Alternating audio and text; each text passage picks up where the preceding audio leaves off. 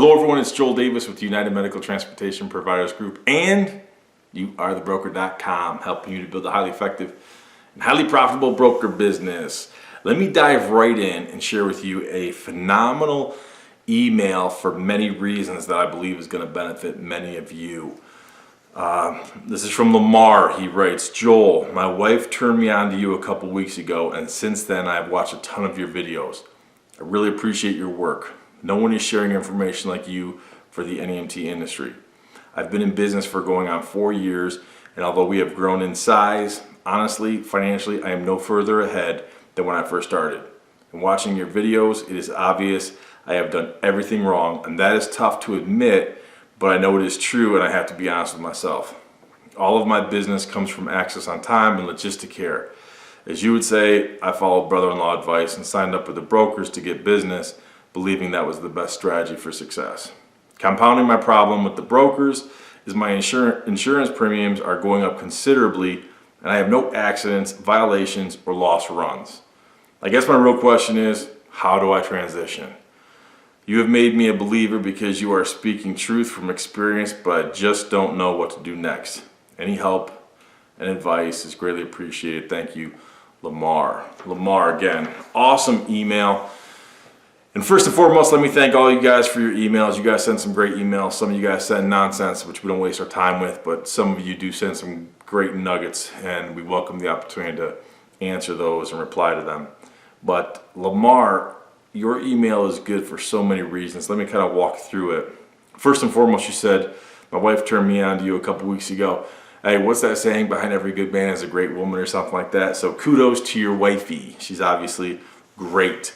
But with all seriousness, I'm glad she turned you on to my videos because I kind of get the impression that, and I'm just speculating here, I have no confirmation based on what you said, I'm just speculating that maybe she stumbled upon me and she's witnessing your frustration, and she said, and again, I'm speculating, maybe she said, hey, you need to start watching this guy or something. But regardless, I'm glad she turned you on to it, to my videos and my content and information. But kudos to her for recognizing the opportunity, and even more so, kudos to you for being receptive, because I know for an absolute fact that there's people who will watch my content, listen to my message, and unlike you, where you said I need to be honest with myself, there's people out there who just keep doing the same thing over and over and over and over again, just expecting different results. You know, the whole definition of insanity. But the reason why I selected this email to make this video and to respond to you directly, Lamar, is because you're being honest with yourself. And so again, kudos to your wife and kudos to you just for being honest with yourself and recognizing that you need change. In terms of, you don't mention how many vehicles you have, so I'm not sure of your actual size. Let's see, you watched your videos, doing everything wrong. Listen, I agree with you. I don't want to say you're doing everything wrong because I don't want to dump on you. I'm sure you're look, by the sound and tone of your email, you are a hardworking dude. You're doing everything right in terms of putting forth the effort, the dedication, the motivation, the desire, and basically wanting to go out there and do what you should be doing. Building a legitimate, credible business by solving a problem and helping people. So that's awesome. That's exactly what I want you to be doing. But like you said, you followed the brother-in-law advice. You just signed up with the brokers. Here's the thing about the brokers, and again, you've already watched all this, and everybody who's been following my content knows I'm not against Medicaid as long as it's profitable. But when you just sign up with the brokers, number one, it's lazy. It's lazy. You develop bad habits. You are exceptionally vulnerable. I will use the analogy a couple years ago. I don't know if I read it, heard it, saw it, whatever, but I just remember hearing the story, and I don't know how true it is, but the analogy of it is perfect, where I don't know if it was like in Louisiana or California or something, but regardless, there was some type of a port, and all the fishermen would go catch their fish, and they would just take all the remnants of the fish and just throw them in the water, and the seagulls would come and eat it, this and that. And at one point in time, when the local municipality shut down that port so fishermen couldn't fish there anymore, all the seagulls started to die. And why they start to die? Because the fishermen were no longer gutting the fish and throwing the remnants into the water and basically spoon feeding the seagulls. So the seagulls lost their skills of how to actually go out there and fend for themselves. So the seagulls all started to die. Now, what does that have to do with you? Well, this is what I see all the time with everybody who does follow this brother-in-law advice and just goes all in on Medicaid brokers. Everyone thinks that, hey, I'm just going to join brokers and they're going to feed me trips. Sometimes that works in the short term. I never see it working in the long term for a wide variety of reasons. But when someone just gives you trips and you have no form or need to cultivate and build those relationships yourself, you become like those seagulls. You become dependent on those brokers. And when something changes with the brokers, whether broker A loses the contract to broker B and you don't get the same trip volume, you don't get the same customers, you don't get the same rates of reimbursement, you're like the seagulls and you start to die. It's funny because like when people contact me, also about the NEMT industry, but also about my the youarethebroker.com system. One of the first questions they always ask, well, are you going to give us work orders? Well, are you going to give us trips? Listen, when someone does that to you, let me put it like this. You should want to be able to go out there and build your own relationships. Now, by all means, whether it's the NEMT industry, whether it's the broker business, I'm going to teach you everything you need to know to go out there and build the relationships. So if it's the NEMT industry, I'm going to teach you how to build the relationships with the hospitals, the rehab facilities, the skilled care, the nursing, the assisted, the independent living facilities, and everything associated with them. In the broker business, I'm going to teach you how to get the business with corporate clients, with retail partners, independent business owners, local customers. I mean, and again, I will always go back to the gatekeeper / toll booth operator analogy. When you become dependent on a broker, that broker is that toll booth operator. They control the flow. They are the gatekeeper. You think you have customers, but you don't.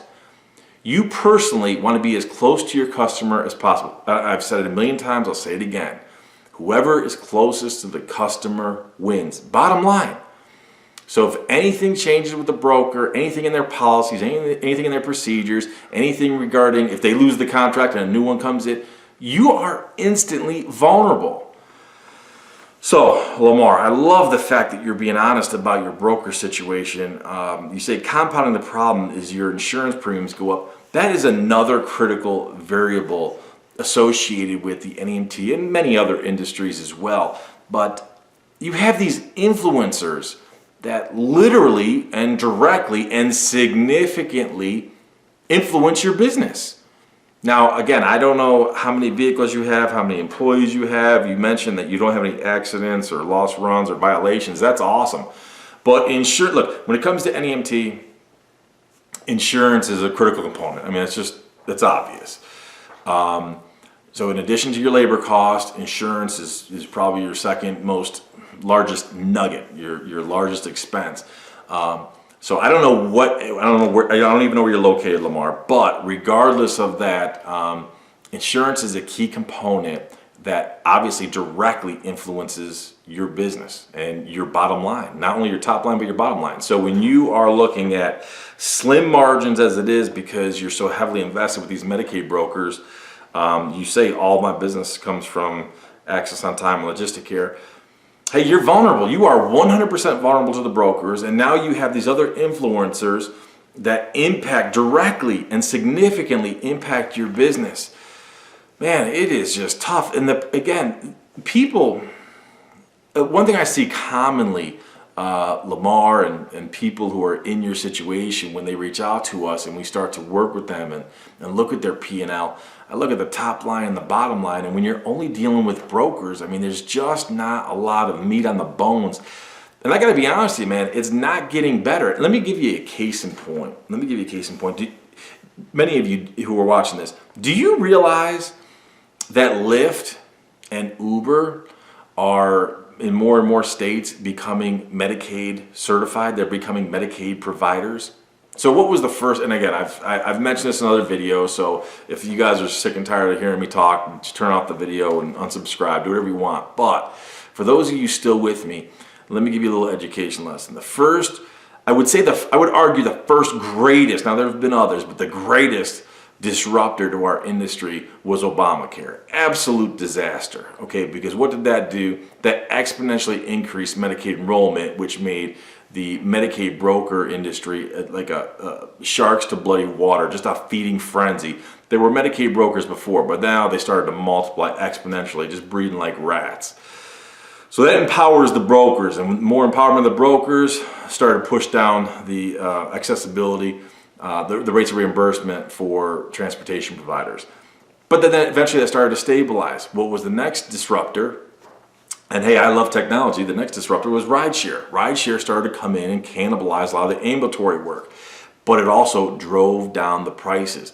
Where these Medicaid brokers, it was SOP, it was standard operating procedure, whether it was ambulatory, wheelchair, or stretcher work, they always paid a base flat pickup fee plus the mileage on top of that. Now, when you have the Ubers and the Lyfts actually in certain states becoming Medicaid providers, you have more rideshare providers. And again, this is the feeding frenzy around ambulatory work. This is why I'm always pounding you. You've got to be heavily invested into wheelchair and stretchers. Wheelchairs and stretchers, wheelchairs and stretchers. First of all, your rates of reimbursement for ambulatory work is marginal at best. And now you have a feeding frenzy, an influx of all these wannabe part-time drivers working around their own schedule, i.e. rideshare.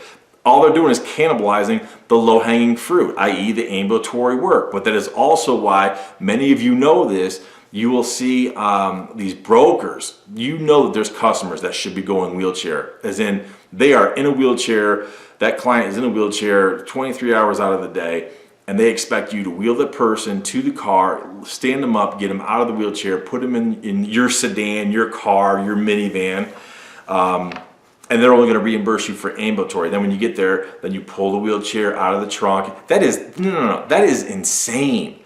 That is insane. That is absolutely insane on so many levels. The rates of reimbursement are insane. The whole dynamics associated with it, the liability associated with it, it's insane.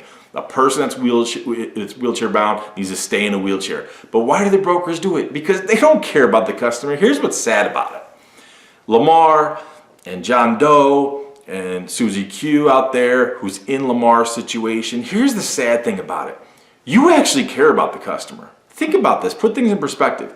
You actually care about the customer, but the broker isn't. The broker, to the broker, that customer is just a name and a number. There's no relationship there. You're the one that transports them, and yet you talk to them, you help them, you guide them, you pick things up, you move them, you go in, you take them into the appointment, and you take in their paperwork, and you wait for the call back. You're the one that's cultivating and building that customer intimacy, that relationship. And then this is the most beautiful thing. Here's the most beautiful thing, Lamar. Here's what I encourage you to do.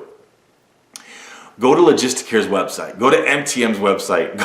Go read these brokers' websites. Read their blogs. Read their news and updates. Just go read their articles and read how wonderful they sound. Just the spirit of Mary Poppins, how it comes through so crystal clear, how compassionate they are, how much they care about the patient. They never see the patient, they never touch the patient, you do. All they do, and in turn, all they do is push down your rates of reimbursement. And and again, I know I'm going off on a tangent, so again, for those of you who are tired of hearing my diatribe, delete, unsubscribe, that's cool. Here's the most beautiful thing about it, is I call them the convention cronies and all the backslappers. Go to those conventions. Years ago, when I went to a couple of those conventions, I seriously, it's like I had to go to witness it to really appreciate the backslapping, the brotherhood of we're all in this together. We're going to peddle our wares. We'll break off in power groups. When you go to these conventions, because I recently had another person contact us and ask us about, hey, what are the national conventions that we can join and be a part of? I got nothing to do with those. I've been invited to speak at them. I don't do them. Because when you go there, when you go to these NEMT conventions, who do you see? You see Logisticare, you see MTM, you'll see the Ubers, Uber Health, everything. What are they all doing? They're sitting there peddling the wares. You'll see a lot of the transit guys. A lot of the transit guys are going to be there. A lot of the transit guys are going to be there. But even though they don't realize that they're all on borrowed time, because technology is going to, the local transit operator, technology is going to wear you out. It's going to outlast you. But that's for another subject. Again, I can obviously go off on tangents. This is so awesome. I love it. But I just feel bad for you, Lamar. I feel bad for you. I feel bad for you, Lamar, and John Doe and Susie Q, because you're doing everything right. You're following the American dream. You're starting your own business. Entrepreneurship is the backbone of the country. And you are well-intentioned, you're well-motivated, and what happens a lot of times, you just don't understand the dynamics of how everything is related to one another, and therefore you become, you by default, you position yourself in a very, very, very vulnerable position. So out of your email, I'm going to be, this is why I really appreciate, this is why I'm reading your email, Lamar, is because you said, I have to be honest with myself. Those couple of words right there, I have to be honest with myself. Though that is why I'm reading your email, because kudos to you. I can't applaud you enough. So how do you transition? Where do you go from here?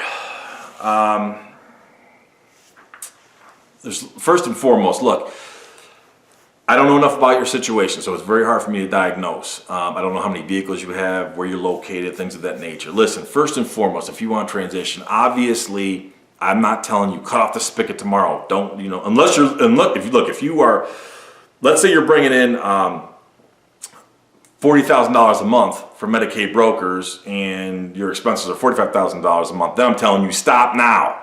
Stop the hemorrhaging, stop the bleeding. I always say if I'm drowning in 10 feet of water, the last thing I need is 5 more feet of water. And it's very easy to get in that situation with Medicaid brokers. So I'm not saying cut off the spigot tomorrow. First and foremost, I would tell you, reach out to us again. If you're serious about doing one-on-one coaching for NEMT, by all means, I welcome the opportunity to help you. Basically, what we need to do is rebuild, rebrand your business, leverage what you have. Now, you've been in business for 4 years. We want to leverage the heck out of that. We want to leverage your experience. You've obviously learned a lot. We want to leverage that so we can build and brand your business within your community. We want to start building those relationships with the hospitals, the facilities. We want to we want to transition you from being that seagull who's dependent upon the fisherman who's throwing over the guts and all the fish remnants, to you going out there and empowering yourself and cultivating and feeding yourself and cultivating your own relationships. That's what we want. And again, I welcome the opportunity to speak with you, learn more about it so I can work with you one-on-one. The other thing I'll tell you, and some people don't even want to hear it because they're just so one-track mind, whether they want to be that seagull and they just want to be married to NEMT. The other thing I'll tell you is, again, I don't know what the cost is right now because I don't know what your vehicle situation is. But again, it's like, if you haven't done it yet, at least consider starting your own broker business. Now, your broker business, whether, if you become an active licensee, if you are the broker.com, has nothing to do with NEMT. My success with youarethebroker.com and my broker business, my success with that is because I have none of the dynamics associated with NEMT. So and I know a lot of people get confused when they see me, Joel Davis, and people refer to me as the NEMT guru or whatever, and I kind of hate that, to be honest with you. So if you could refrain from that, that'd be cool. I hate that word guru. But anyways, so many of you associate me with the NEMT industry, and I get it. That's awesome. I mean, I love the industry. I'm a part of it. I work it every day. I work with so many of you every day. But everybody, when they hear me talk about my broker business, they automatically think that I'm talking about NEMT. I'm not. My broker business, let me say it for the millionth and one time, my broker business has nothing to do with NEMT by design. I am done with regulation. I do not want to be vulnerable, or I don't have insurance. You mentioned insurance. Your insurance is going up. I don't have insurance premiums with my broker business, so I don't have that vulnerable component, that vulnerable influencer that could change my business and change my bottom line instantly. I mean, I don't know. Again, I don't know what your numbers are, Lamar, but by your insurance premiums going up, and if you haven't had any loss runs or violations like you said, then your insurance premiums are going up through no fault of your own, which instantly affects your bottom line. So through no fault of your own, you have an outside source that can reach in and just like that affect your bottom line. I don't want that vulnerability. I don't want that vulnerability in my life. And you as an entrepreneur, you shouldn't want that. You are in business because you want to make more money, you want to make a difference, you want to establish freedom and flexibility, you want self-determination, you want to save money, invest money, build wealth. You want options. You want options. And guess what? When you have an insurance underwriter, just for whatever reason, for whatever whim, increasing your premiums, guess what? That they are an influencer that's affecting your pursuit of self-determination. Now listen, if you had accident this, accident that, loss runs, then I get it. Then you better expect that your insurance premiums are going to go up, and that's going to affect your bottom line. But if what you say is true, you've had no accidents, no violations, no this, no that, that is just a clear-cut, black and white, case in point. You have an outside influencer that reaches in and grabs and steals from your bottom line, bar none. That's just the way it is. So as long as you're willing to deal with that, okay. But again, I've been round and round a million times about the Medicaid brokers, and I could go on and write doctoral dissertations about them.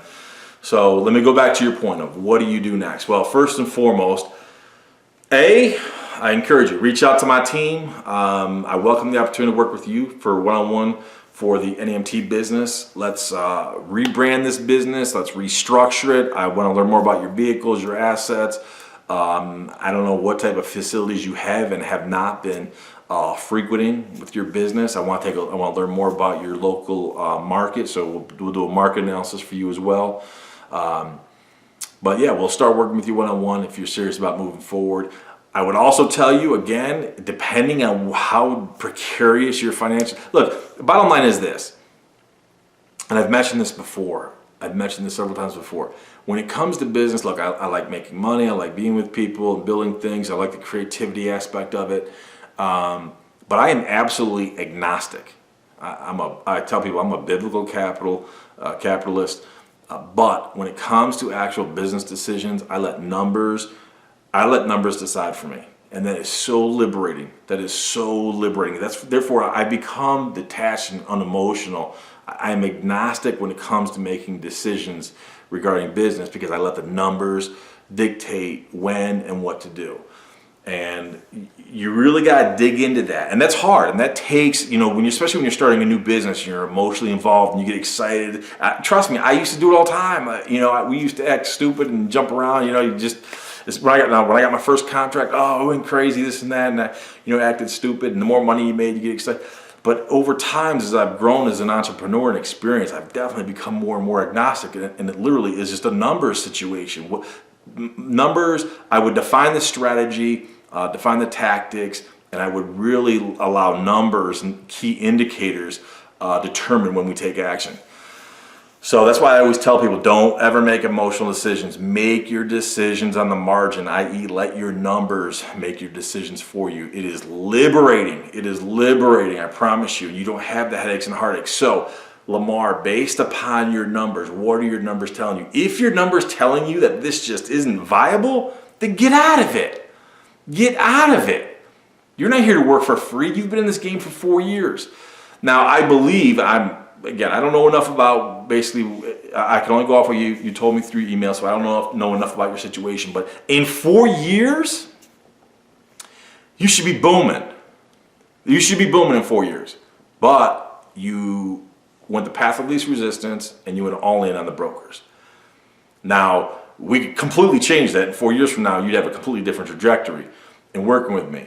But we also need to be realistic and say, okay, realistically, here are the market dynamics. Again, I don't know anything about your local dynamics right now, but we also need to say, okay, realistically, is it better for you to continue to build your NEMT or just go all in and start your own broker business? Should you do both? I don't know. I would need to learn more about you. So definitely reach out to us. Lamar, reach out to us and let us know if you're serious about moving forward. We'll research the prospects of working with you one-on-one for your NEMT business, because that definitely needs to be overhauled. Bottom line, that needs to be overhauled. One way or another, that needs to be overhauled. If nothing changes, let me put it like this. I always say if nothing changes, nothing changes. But realistically, if nothing changes, everything changes. Let me explain that. If nothing changes, if you don't change, trust me, everything else is going to change. Look at how much the Medicaid brokers have changed over the years. So if you remain the same, do you think they're going to remain the same and play the same game with you? Absolutely not. They're going to continue to squeeze and squeeze and squeeze and squeeze. They're in business. They're in business to make money. So don't hate the player, hate the game. The problem is these brokers just go into this stuff just with their eyes wide shut. I mean, they just don't even know what they're getting into, and they're just allow themselves to be so unbelievably vulnerable by these outside influencers. It boggles my mind. And that's why I say when these people go to these conventions, they get all gassed up on their own supply. And I mean, when you go to these conventions, these NEMT conventions, and everyone's trying to sell their own stuff, and it's like, dude, what are they doing to help you, Lamar, who's starting with 1 vehicle, 3 vehicles, 6 vehicles? I get it. Some of these big transit companies, they can do it. They can pull that off. And even then, these transit companies, let me tell you about these transit companies. I work with a lot of them. Over the years, I've worked with them, a lot of them indirectly, because what we would do is position, especially for a lot of the women or minority-owned businesses, we position them because a lot of these transit contracts, it stipulates, it mandates, it has to have an absolute minimum component that is related to either women or minority or a combination thereof percentage. So if this contract, let's say the contract says it needs to have 15% or a minimum 25% needs to be supplied by a minority or women's owned business. So that's where I would come in several times and help my client providers bid on that to become that subcontractor for the prime contractor. But again, so much of that work, technology, protract this out. Lamar, you've been in business for 4 years. I'm sure you agree. It just feels like it went like that. This blink of an eye, a snap of a finger, it goes by fast. So a lot of these transit companies project that out 4 years, 5 years. Things are going to be changed so much just in 5 years. So if nothing changes, i.e. if you don't change, a whole heck of a lot is going to change. So back in the day when the saying was, if nothing changes, nothing changes. No. If nothing changes, everything changes. But it just so happens, I guarantee you're going to get the short end of the stick. If nothing changes, everything changes. That's why I keep telling everybody you have to innovate or die. You've got to innovate your business. And I'm not saying you need to, when I say the word innovate, everyone thinks technology. No.